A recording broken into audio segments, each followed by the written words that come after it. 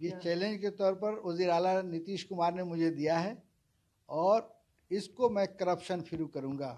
जो वज़ीर आला का करप्शन, क्राइम और कम्युनलिज्म का जो नारा है, तो बोर्ड बहुत जल्द करप्शन फ्री होगा। पूरे बिहार में जितने मदारिस हैं, तकरीबन 2000 मदारिस हैं, जिन मदारिस में तालीम का नज़्म को बेहतर करूँगा, एकेडमिक कैलेंडर जारी करूँगा, वक्त पर एग्ज़ाम होगा, वक्त पर रिजल्ट निकलेगा और सबसे बड़ी बात जो कमेटी बदलने का काम चल रहा था, रैकेट, उसको ख़त्म कर दूँगा।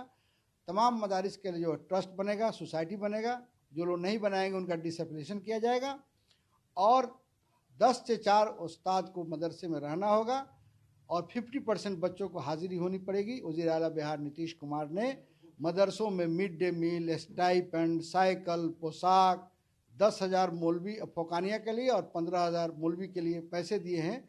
और पहली बार आज़ादी के बाद नीतीश कुमार वज़ीर आला बिहार ने तमाम मदरसों को एस्टेब्लिशमेंट के लिए, मकान बनाने के लिए 25 करोड़ रुपये मुख्तत किए हैं। इसको 100 करोड़ तक किया जाएगा।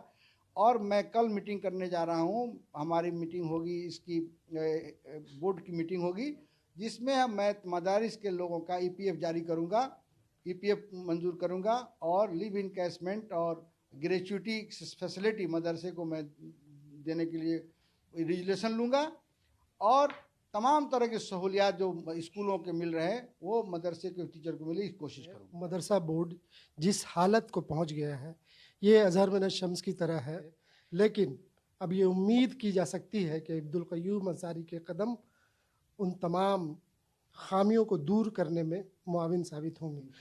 पटना से ETV भारत के लिए खुर्शीद आलम।